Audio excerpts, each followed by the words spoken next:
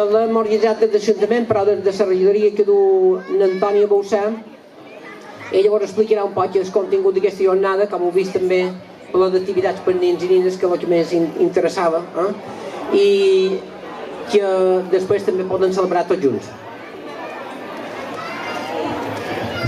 Bé, bon vespre a tots i a totes.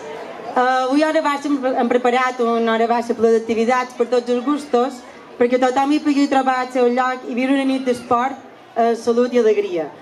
Però sense dubte, quan parlant d'esport a Sant Llorenç, és inevitable que no ens vengui en el cap un nom, per la Marga Fullana. I és que tenim en el nostre poble la millor ciclista, m'atreviria a dir la millor del món.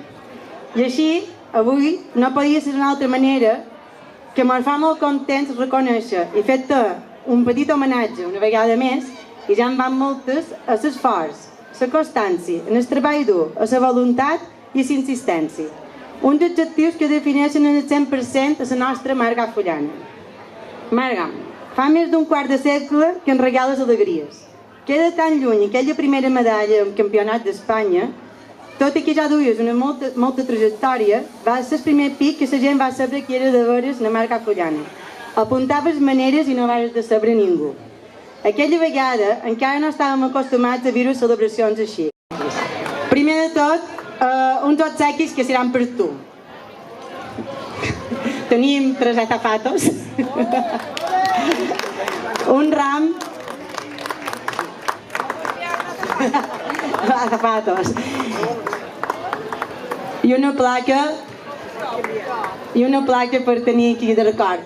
Però l'altre regal que farà entre ell i en Joan i de part de tots és un regal per tot el poble, perquè amb aquest regal volen que tornis aquí amb més victòries i més èxits.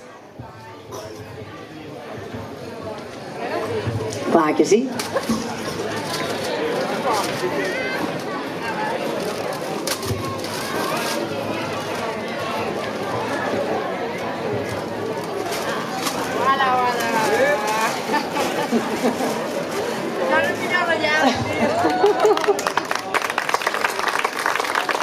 Com ho coneixes?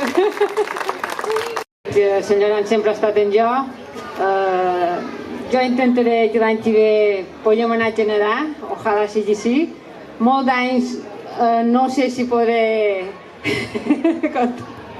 però jo de moment, si hi ha ganes i motivació, jo crec que puc estar allà davant. Sobretot és perquè tinc darrere jo hi ha un equip que me cuida molt bé i gràcies a ell també estic aquí. Gràcies. Gràcies a tots.